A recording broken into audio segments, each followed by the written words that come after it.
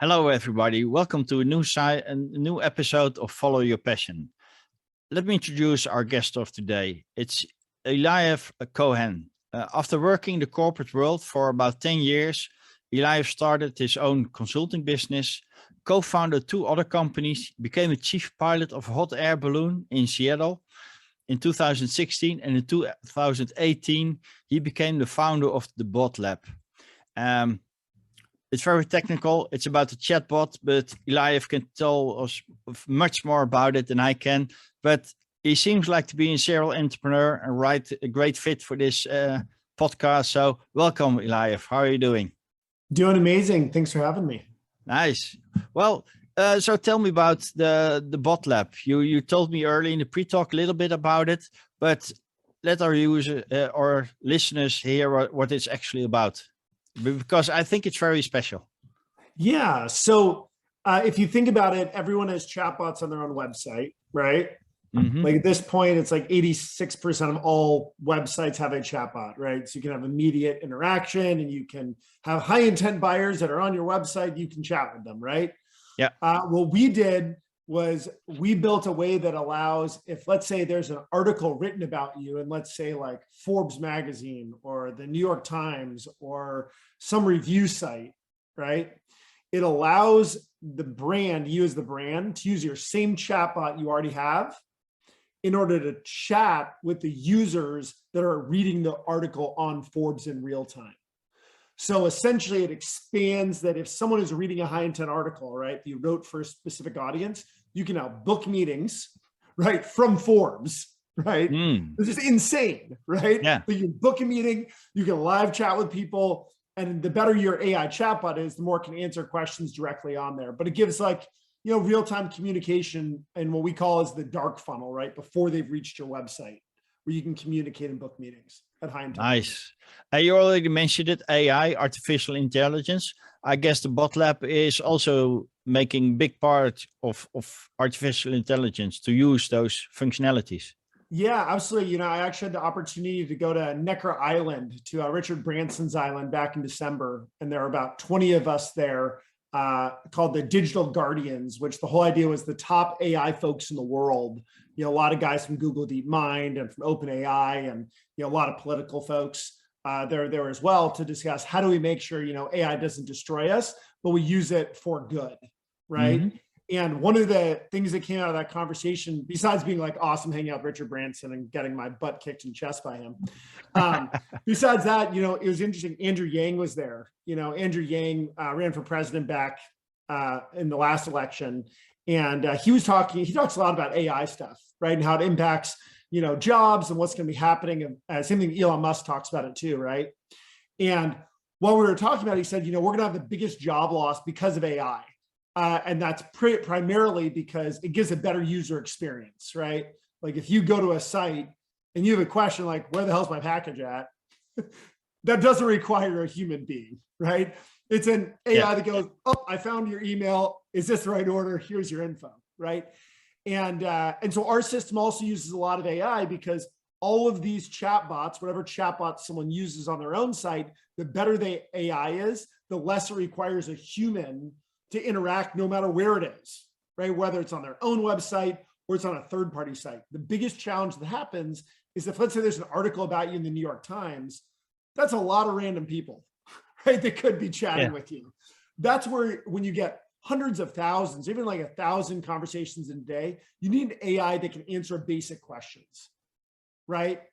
And that's how I got into this whole thing in the first place, was with the hot air balloon company. Right, I started this hot air balloon company and I was using live chat. And I was like, well, people keep asking me the same damn questions.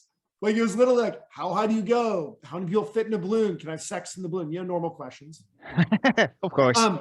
And anyway, I was like, there's got to be a way to automate this. So I had automated it for my own site, and then very quickly became the super user and one of the top, you know, chatbot experts working with, you know, mid-market and giant brands and helping them figure this stuff out. But that's really where, when you look at where AI is going with all of this, it's as customer service people don't need to be involved, and AI really can handle 95% of those questions. And really people just have like one question they want to book a meeting, one question they want to purchase a product, no matter where it is. Nice. So you're actually saying that from your, well, you still have it, but let's say your previous company, the hot air ballooning. I still actually have it. You know, it's Yeah, amazing. exactly. Yeah, But we've had just 17,000 conversations in chat that we yeah, didn't talk to people. And the conversion rate is through the roof because we don't have to talk to people anymore. It's amazing. yeah.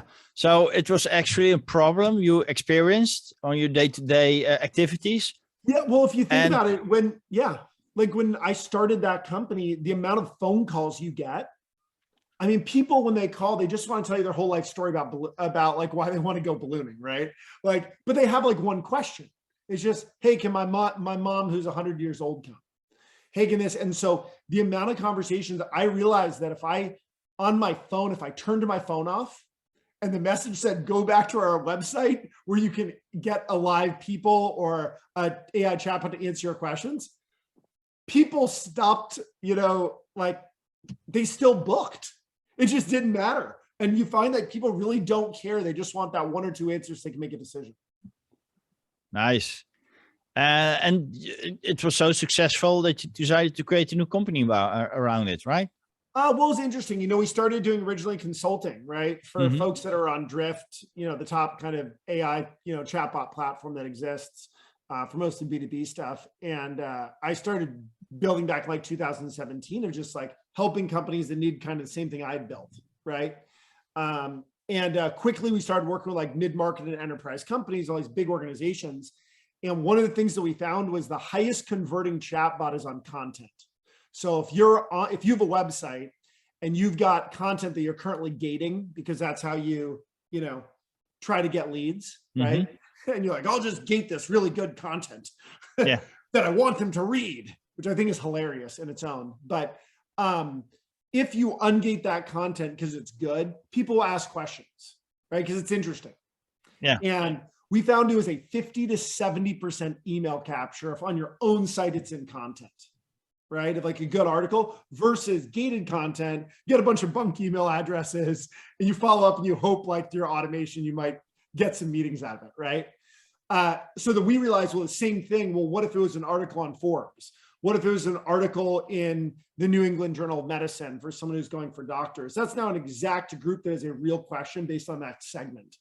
And it's the same numbers, and so it's just, how do you take someone from top of funnel to the bottom of funnel instantly?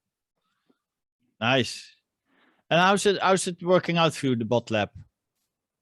It's jamming. Yeah. So we're now able to, as of this week, we can now integrate with any chatbot platform. So it doesn't matter what system someone uses, whether they are on Intercom or they're on Ada or they're on Qualified or they're on Drift or like one of the other 100 random, chatbot platforms. If you have an article that's being talked about you on an industry site or on a major publication, now it allows that. So it's really a new type of ad unit is really what we created. That's like an ad chat unit, right? It's in real-time communication and so what's fascinating about it is like, as a brand, you're like, hell yeah. Like I get to chat with people on Forbes, right? Like there's an article about me, hell yes, I want to talk to people, right? Yeah. The publisher's like, yeah, we're happy to make money, right? Because they don't make money on non-earned media, right? Even sponsored content or paid for content, it's still like fill out this form and it's still the system doesn't really work well. So in this case, like on a sponsored content, you can just now chat on it. And then from a user standpoint, users like, great, I can read an article and when I have a question, I can get a hold of someone from the company no matter where I'm at. And so it ends up being this like win-win for everyone. So it's been really, we've been doing a lot of tests with large publishers right now, brands and then e-commerce brands. And it's been wildly successful. And so now we're expanding that. Nice. And I also saw in your working experience, you got a lot of marketing and sales experience, right? Yeah. Did it come with your technical skills as well, or?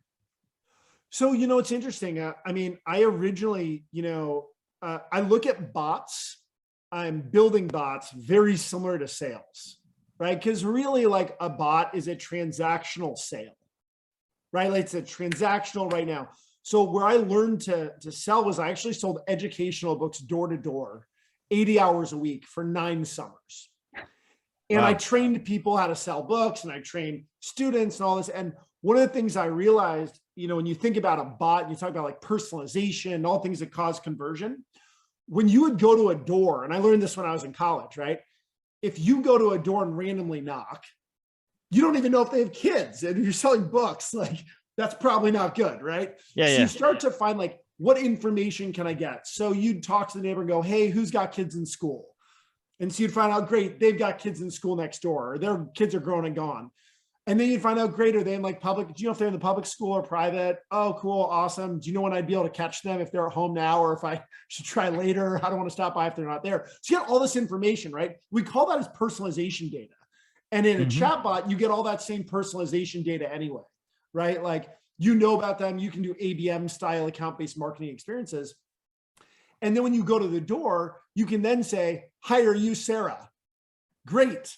My name's Eliav. I'm sitting up all the parents and teachers at Adventist Academy, talking to parents of advanced students in school. I have 10 minutes with each family. So it allows like that personalization. That's the same thing in a bot, right? So a bot is, can we give company name personalization? Can we give any other personalization? Do we know who that specific market is? So if you're on a specific page for anesthesiologists, you should only be talking to the anesthesiologist, right?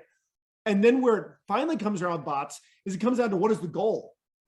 Well, the goal of knocking on a door is to get a demo, right? It's to sit down, or any type of sales call, right? It's to get a demo. Well, with a bot, what's the goal? To get a demo. It's the same thing. So you're not selling in this bot world. The idea is, can you transition from here's a bot conversation into immediate Zoom meeting? Can I transfer it to a demo? Can I answer one question and get them on a call, right? It's the same type of idea. So really, I'd say that goes along with it in the same way. And then I use the same thing with hot air ballooning. I literally land in random people's yards, right? That are, people in our area. And I have an app that tells me everybody's name of the plot map. And I know where I'm landing, right? It's the same idea, all personalization relationships, and you always have one goal. Wow. And it's actually funny that you mentioned it, because I never looked at it that way, that, well, you try to increase your conversion rate, right, by doing this personalization, but you're actually already were doing that when you were just selling door-to-door books. Yeah, it's the exact same thing. And that's amazing. I found it hilarious, because when I started building chatbots, I was like, wow, people have these like really complicated chatbots that don't ask any closing questions or don't use intent. And what you learn in sales is you learn, well, what is my goal, right? Okay, my goal is to this, but you're not like throwing up your product all over a prospect, right? Like no one does that. They want to do discovery questions, right? But you're not even there yet with the chatbot. Your goal is just like, let's just get there. And so it's really, it's fascinating that when you build a chatbot properly, when someone asks a question, it can understand the intent, right? So on the ballooning site, for example, if someone says like, how high do you go? That's not a high intent question. That's like a, hey, I'm curious, maybe I'm scared of heights, something around that. But if they say, hey, so it just answers the question. But if it says, hey, do you have availability for 2 on Thursday? I'd say that's a pretty high intent question. Yeah, exactly. And it understands that and goes, we have online booking. Do you want a sunrise or sunset flight?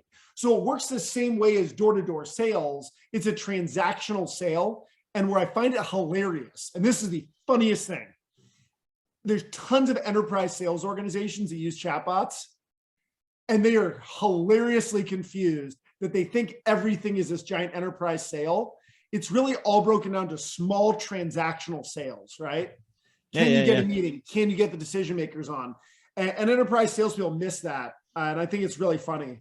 And it all comes back to chatbots and door-to-door transactional sales. It's pretty funny. Yeah. And a chatbot actually does what it's supposed to do, right? Asking questions, answering them. But it's the people behind it that are configuring the answers. And most chatbots that I come across are, can I help you? These are our opening hours. And if it's sales related, they're asking questions to see if there's a match with the product instead of getting them for a chat or on a Zoom meeting. They're all trying to sell. Well, and the questions they ask are related to the product. Yeah. So do you need this? Do you need this? Do you need this? Right. Then is this is the best fit for you. You should buy it. Please do. Yeah, so You know, it's interesting when you look at the reasons someone's clicking on a chatbot, right? If they're like thinking about like, why are they clicking on it in the first place? They're clicking on it because they believe they can get an answer quickly, right? Or get to someone quickly who can answer their question. And as a prospect, really what we're doing is we're trying to qualify the company, right? Because like, we're like, hey, I need a product like this. Does it integrate with this? Does it do this one thing? Does it cost $30,000 or $5,000, right? Like, and we all have those qualifications that we're trying to qualify the company as the company's trying to qualify us. So a chatbot has to do both. It has to allow the user to qualify the company, at the same time allowing that company to ask one or two qualifying questions to make sure they're a good fit, right? So it's kind of this like, I look at it kind of like a partnership, right? You're really on both sides trying to go, great, is this a fit for me as a prospect? And is this a fit for the sale for the company? Otherwise, neither of us should waste our time. And that's where chatbots are wildly successful in being able to do that. Yeah. But most companies, the miss they do is they focus so much on the questions they have of a prospect, because salespeople want what? Perfect leads, right? I want qualified leads that are in market, that have a budget, that already know all this crap. Like, that's not most of your leads. Most of your leads are people, you don't need these nice to have questions. Like, do you have a budget? Nobody has like a budget specifically for your product, right? If your product is good and it fills a need, they will find money. Yeah, exactly. Right. And I think it's the biggest mistake that the companies make with chatbots is they ask nice to have questions versus need to have. So a need to have is, we only work with clients with over 100 employees. Well, if you're under, we're not going to chat with you. Like, let's not book a meeting, right? Or only over this much in revenue, or only if you integrate with Salesforce. Does that make sense? So it's really those need to haves become important versus the nice to have. It reminds me of a remark that one of my coaches shared with me, that he said, you know, sometimes people say they don't have money, but let's imagine that you have this disease that's incurable, right? That the disease rate is about 98 to 99%. However, there's a specific method that can cure this disease with almost a 100% success rate. The only drawback is that it costs $100,000. It's abroad, and you have to take this treatment within a month. Yep. Right. So would you be able, what would you do in that situation, right? Would you say, well, I'll take my chances, I don't have the money right now, or I'll just look for a month, you know, and if I succeed, then I'll look further? Or are you going to do everything in your power to get those 100K, because you most likely will survive after that month? Yeah, there was a really and he said it's never an issue about budget or money. It's about priorities. Yeah, there was a quote that was that I heard early on that was I think it was by Og Mandino. He's wrote The Greatest Salesman in the World. This is back in like the 1960s. I used to use it as my Bible, you know, like selling, because it's got, you know, great motivational stuff. And one of the things was there, it says, a dying man would give all of his gold and money for just one more breath, right? And again, unfortunately, it's not that with business, right? It's not like, oh, if we don't do this, get this software, like we'll die. I look at it more of that they just don't have money for you. They've got lots of money, lots and lots of money to spend in a variety of places. And it's like, does this provide something that's going to be more value than spending it somewhere else? And I used to find this selling books door to door, even like someone would go, I don't have the money. I go, well, some families are like going to Disney World this summer and buying trampolines, and other parents are doing the education thing. Which were you thinking of doing? Right. Like, and some would go, we're going to Disneyland. And other ones go, yeah, we'll go and get them. Right. And so I think that, you know, if you have a real product that is a need, and that comes back to, you know, and just selling in general, right? Do you have a product that is a real need, or is it a nice to have? Yeah. Things that are real needs. And when you can find those discovery questions, you'll find the need very, very quickly. Unfortunately, that is not the time to do it in a chat bot. The time in a chatbot is not the time to try to find this hardcore need. The goal is, are they qualified? And is this the right fit? Where then when I chat with them, I can then find a real need when we get a exactly. conversation. I think it's the biggest confusion with companies around bots. They really want all this hilarious information they don't need. Yeah, so blows me away every time. Every day I work with clients and they're like, we need to know this. I was like, do you really? Because shouldn't a salesperson just ask that? Yeah. Like if they have any skills. Yeah. So would you say that the chatbots are actually a filtering mechanism to get the right people on calls with the salespeople or the people that are actually are looking how they can add value to the clients that call them? Yeah, I mean, it's both, right? One is like, yes, it does a filter, right? So you're not having conversations with the wrong people or demos, right? Yeah. But it also takes ones that are really high intent that are like even when I went to go buy Salesforce a couple of years ago, do you know, it was very challenging to buy it. It was hilarious. Like I called and they're like, oh, I can't handle your territory. And this other person was like, well, we need to do a full demo. I was like, I know I already want Salesforce. Can I just buy it for the love of God, guys? Like they make it so challenging. It's really funny. And I think that those, that it's really is, can you capture someone at their highest intent moment? That's what that chatbot does. And the way to do it is you get rid of your forms and you allow a chatbot to answer the 1 or 2 qualifying questions and then let people book a meeting or allow live chat during the day. If someone has a question, great. Answer their question. Who cares? If you take 1 minute, answer someone's question, ask a qualifying question, find out they're not qualified, great. Don't continue it. But you also may find that you can use it as like an account-based marketing tool where someone is on your hit list. They come to your site and now you're like, hey, we've been really excited to talk to AMD. Glad you're finally here. And that's all automated, but then it can get a real rep on to continue the conversation. And that's where you can use like the account-based marketing stuff that everyone wants to do. Right? Account-based marketing, personalization, all that's really sexy. But the first thing is get rid of your damn forms and put a bot instead that allows people to book meetings. If you just do that, it may not be as sexy as like the personalization, all these other little things. Personalization and that sexy stuff and ABM programs don't cause people 100% lift in demos. What causes it is getting rid of their damn forms that no one wants to fill out anyway and having accelerated revenue because you're actually booking meetings in real time and chatting with people, right?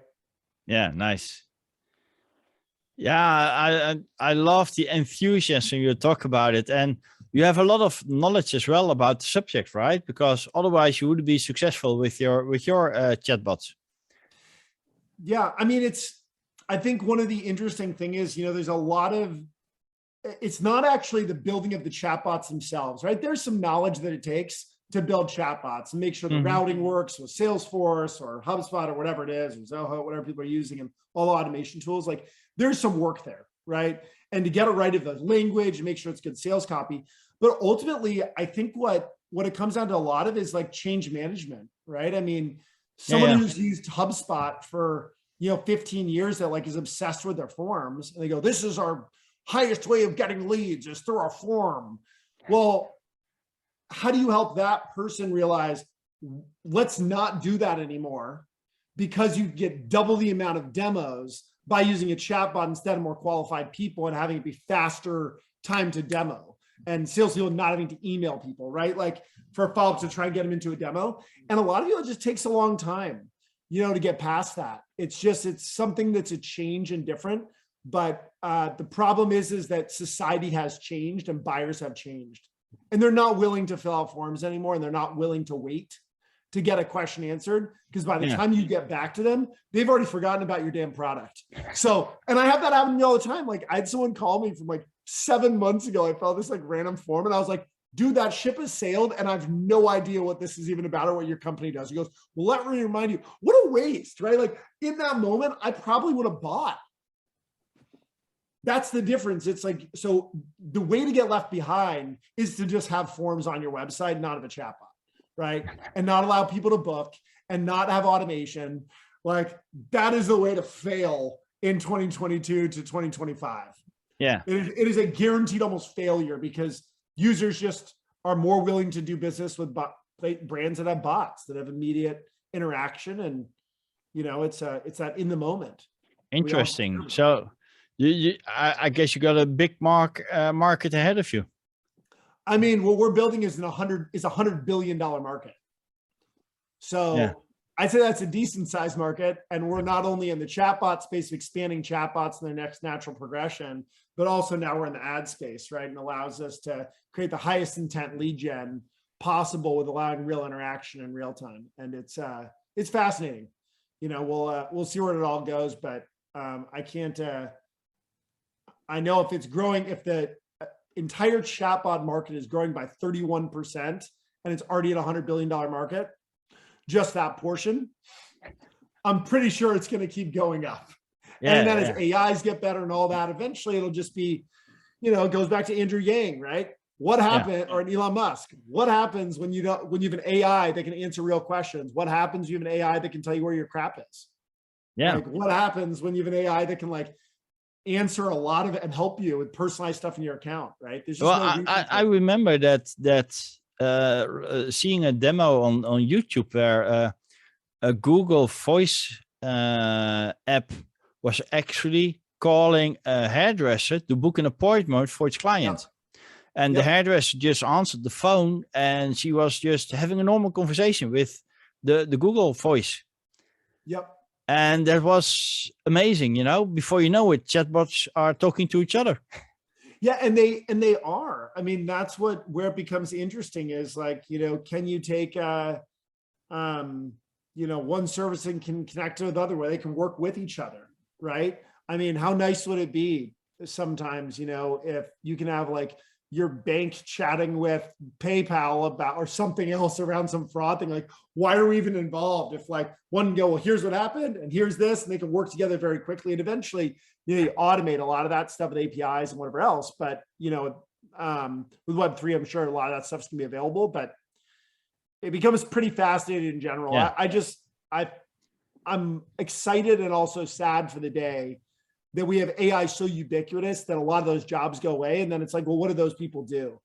Right? Because this really does get rid of that, right? It really gets a lot of it's what, 80% or something? I think it's the top job in America is customer service, on the phone or in the world. What happens when you get rid of those? Where do those folks go then? Right? Well, they have to do something else that's valuable, but it's not going to be in let me tell you where your package is at.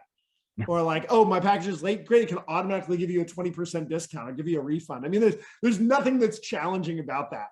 It's just are people building it enough? And we're just even talking on the sales side right now, just the initial. Are those chatbots also self-learning mechanisms? Do they expand their rule base and stuff like that? Yeah, so some are. It depends on the way that they're built. So, AI and machine learning allows in a chatbot, to give you an example of the way that it can work. When it gives an answer, right? You ask it a question, it gives you an answer. Basically, a human right now looks at it and goes, did it give the right answer based on this question, based on the variant of the question you gave? So if you ask hey, what's your favorite color versus is your favorite color blue or green or something, it should know that answer, right? Yeah. And very basic. And it's up to a human to go, yeah, that's the right answer.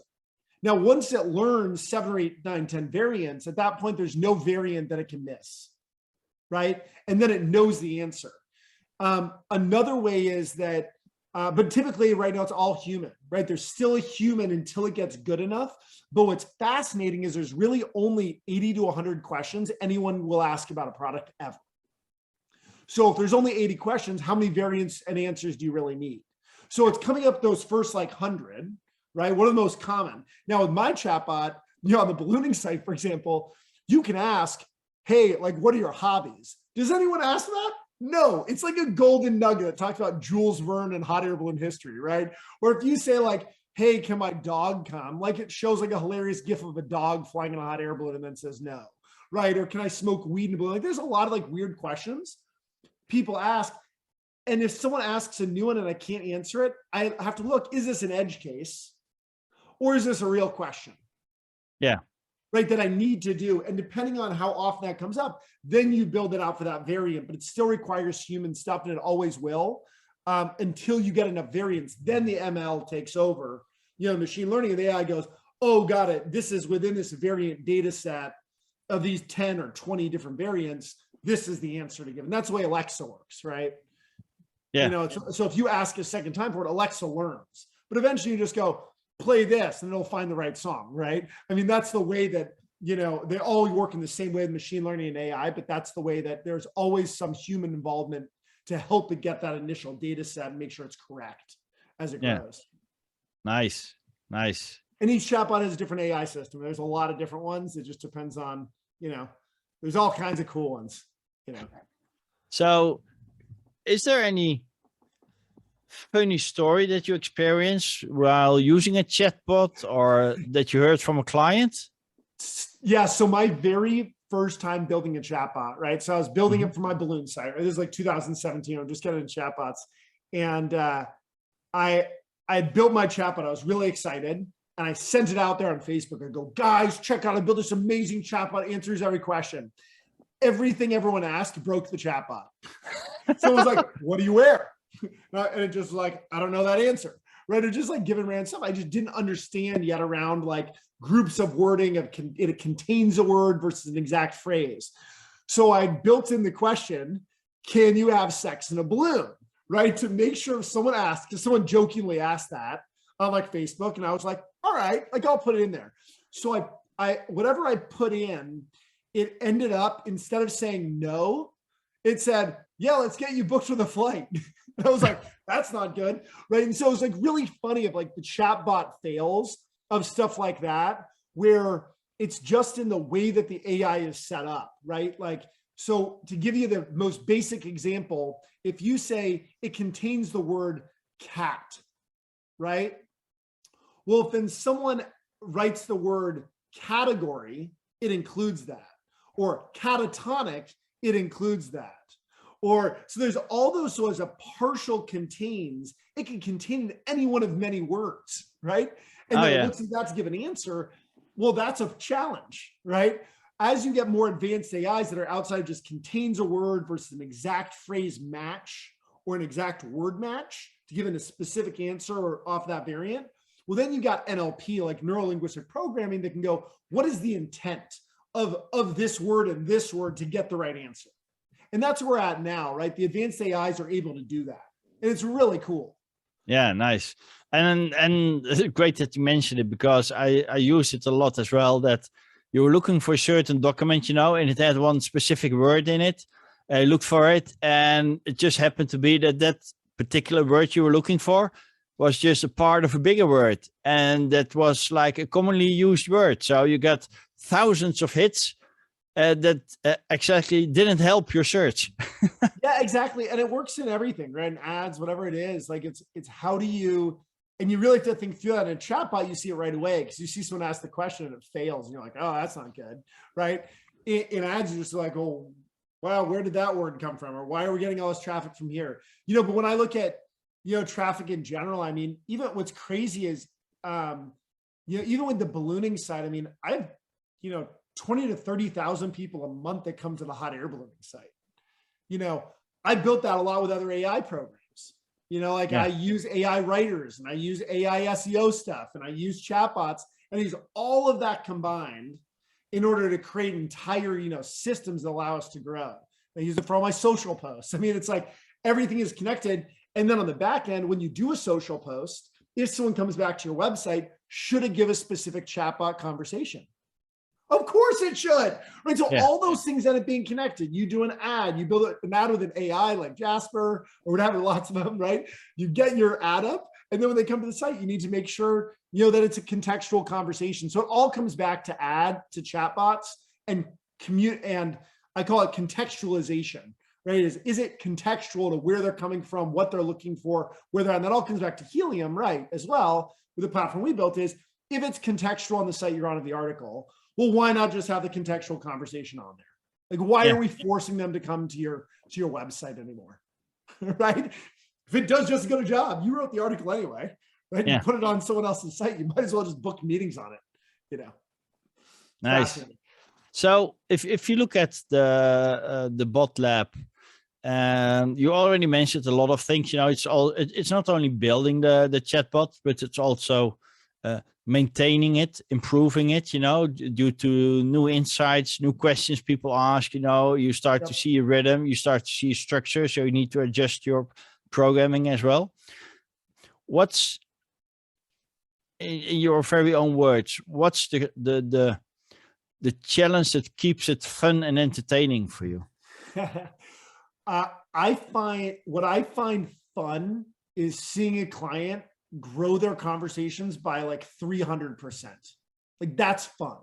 Or seeing a client go from, I had a client go from 0 demos booked and they were spending, $30,000 a year on their chatbot platform to 385 demos in 20 days. Oh, wow. That's stupid. I did another one that this is an educational company. And they had booked like 180 demos of being sick in the last 6 months of being on, Drift. We ended up working with them. They booked 3,000 meetings that year. That's really fun, right? And so I look at it as like, how do you it's a whole problem solve of like with chatbots when you work with companies in general is there's building them, which is one piece of the puzzle. Then it's all the change management. So my favorite conversations that I have fun with, you talk about like being passionate, like having fun. I love talking to people, what we were talking about earlier about, is that a nice to have or a need to have? Yeah. And I push back so hard on them, right? Because we're outside consultants, so we can do that. And now like, I love, and then my other thing is I love building new things, right? Of having scale. I've always done startups and I love the process we're in right now, which is that go-to-market strategy, right? Where you're like, hey, here's how many clients we have. How do we go and get that next 150, 200, 300, 500,000 clients? And how fast and quickly can we do that? And I just find it fun. So my rule in life is one rule. I will not do anything that is not half as fun as flying a hot air balloon. And that is my rule, because flying hot air balloons is really fun. Yeah. Chatbots, 51%. Nice. As long as it stays above 50%, I'm good. If it ever drops beneath, I'm out. Screw it. There is no point in doing something that is not fun. And again, I remember, doing consulting for a big company in New York. It's a big startup that was crushing it. And this guy the CEO goes, Eliav, like, we'll pay you, like $500,000, $600,000-700,000, whatever you want to come and continue helping building this. Like, you've done a great job. And I was like, there's no amount that you can pay me to not fly hot air balloons this summer. And he's like, no, that's not true. There's always a price. I go, there is no amount you can pay me to not go do what I love. And the problem was his business wasn't interesting enough for me. Although I was doing some AI machine learning stuff, in what it was doing, I wasn't interested in tax stuff and saving people on like around their like payroll taxes and stuff. Like, I had no interest there. It wasn't fun as interest. I find chatbots fascinating. I find ballooning fascinating. I find, I'm having Andrew Yang I'm taking him ballooning on Saturday, Nice. I find fun connecting with interesting people and being able to do something that you love, that's interesting, that makes a difference for people. And that's where my passion comes from. Yeah. But again, anything that is not 50% or more of what you love doing, you shouldn't do it. You should literally quit and go find another thing to do. I mean, how about you? Like with podcasting, right? Like, you obviously love what you're doing on here. You ask good, engaging questions. Like, what's the thing that's more fun than what you do here? That's like, that you're like, hey, if it's not half as fun as this, I'll stop podcasting, Yeah, exactly. Right. Yeah. And very interesting. I think that you said you are challenging your clients as well, and you push back, right? The first thing that came to my mind is, I would love to work with you, but would you be, once we start working together, would you be able to manage all those additional appointments you get? Because if you're used for getting like 200 appointments in half a year, and you go to 3,000, do they have the capacity to deal with that? But this is a separate challenge. I just had this conversation with a company a couple of days ago. They said, hey, what are we going to do if we have too many leads? We have too many demos. And I said, well, it sounds like I go, how long are your salespeople's conversations? And they go, we do a discovery call first. That's 25 minutes. I go, okay, what questions are you asking? And they went through all these questions. I said, well, sounds like you're asking too many questions. You need to ask 1 or 2 qualifying questions, find the need, qualify them, and see if it's worth going through. And if it's a no, it's a 5-minute no. If it's a yes, it's a 15-minute yes, and then get the right people on the next call. So what's funny is when I used to sell books, we did 5-minute no's, 15-minute yeses. The idea is if in 5 minutes, even if you sit down with someone, you find out it's a no, the faster you can get out of there gives you the opportunity to have a conversation with someone else. And I've never, ever in my entire life had a salesperson go, gosh, I just had too many demos booked on my calendar. I just couldn't handle it. No, you get really good at being intentional with your questions, finding needs quickly and closing in 1 to 2 calls versus having 3 to 6 month sales processes. So I can tell you, our sales process, even when we were selling like $30, $40, $50,000 consulting deals, right? To like help these companies build up their chatbots. It's 2 calls. I mean, sometimes it's 1 call.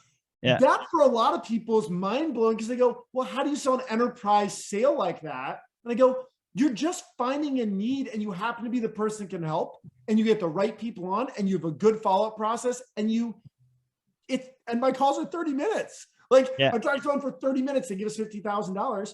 Well, that's normal. If an enterprise sales reps can learn how to do that, you just find people that are buyers and you get them, and the non-buyers, you let them go and you put them into an automation, right? There's all kinds of, that's a great problem to have. Like, oh man, I have too many demos booked. Like I'd love any salesperson that tells me that, like you can solve any of those issues. Nice. The hard thing is how do we get, it reminds me as well from, my wife shared a story that she got a sales call from somebody, so outbound call center. And he was asking all kind of questions, and it was about life insurance and stuff like that, right? And she had a really entertaining conversation with that person. And just before he wanted to make his offer, he said, oh, I just have to ask you one question. Does you or your spouse work with an insurance company or a financial institution, right? Or because we can't compete with those organizations.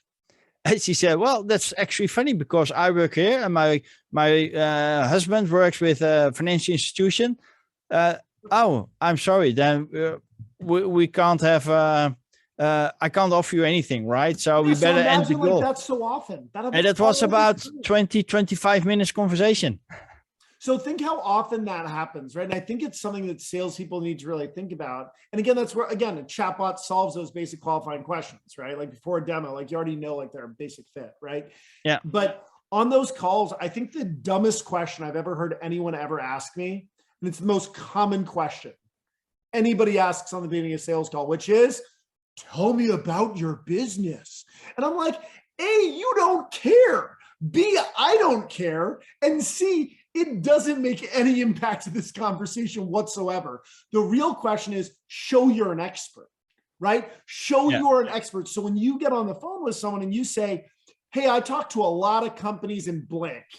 They tell me they're running into one of 3 boats. They're either here, here, or all of the above. Where are you at? And they're going to go, I'm here. And you ask one additional question to get clarification on it, and you have the need. That takes literally 45 seconds to a minute and a half. And then you ask 1 or 2 qualifying questions, and then you go, great. Are you the one that handles kind of everything around this? Or are there other people involved in your organization? Are there others? Great. Let me give you a real quick overview so you understand a little bit what it is, and let's go and set a meeting up with everyone. Does that work? If it makes sense after like a couple of minutes? Yeah. And if not, awesome. You show them, they go, yeah, that makes sense. Great. Let's go and get another meeting set up with everyone. That takes 10 minutes. Instead, what salespeople do, they spend an hour doing the dumbest discovery questions I've ever heard. Like, tell me this and this, and it's hilarious. And again, I love discovery questions, but they're only with one goal in mind. Again, goal with the chatbot, book a meeting. Goal of knocking on the door, get a meeting. Goal of discovery questions, find the freaking need and then move on. Stop searching for every little thing. It doesn't matter, right? So, again, so that's why I say you could have 20 demos a day and be just fine. Yeah. You're just going to be better at finding, hey, this person's a real need. This one isn't. They're not ready. Cool. Let's put them to automation. Let's put this one here. Right. And you start to find the buyers. And when you do that many, you just find buyers, nothing else. You don't care anymore. Yeah, it's all about qualifying, right? It's just buyers. You find buyers and qualify them. And the other ones, like, let them go. Who cares? You got plenty. And nice. That's a hard mentality for most salespeople to get into because they don't have enough demos normally. Yeah. So they're still like, I have to get this one. Oh my God, let me spend 40 hours like trying to close this whale that'll never close. You know, I think it's funny. I don't know. Yeah, it is.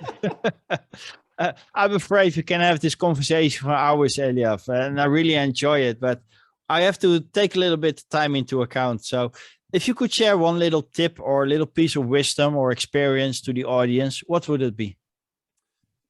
I think it's the one I said earlier is whatever you love, right? Whatever you love doing and you are actually excited about, whether it's like fishing or skydiving, mine ballooning, or it's traveling, like don't do anything for work that is not half as fun as that. That's it. And then life is pretty fun. Yeah. Nice. You know, I think that's really it. And then I think if there was one other one outside of that I already said would just be, you know, if you have lots of employees, it's hard to keep employees, right? And you have to treat them right. And it's during the times when things aren't going well. That's the time that you have people committed to you. It's not when times are going good. When times are going good, it's easy.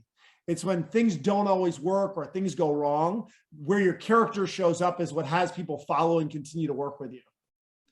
You know, I've had people work with me for a very long time for that reason, you know, and nice. It's been one thing that's been a thriving piece of what I've done that I've learned over the years. Perfect. Great advice, Eliav. So if people want to know more about you or get in touch with you, how can you do that? Best is go to thebotlab.io.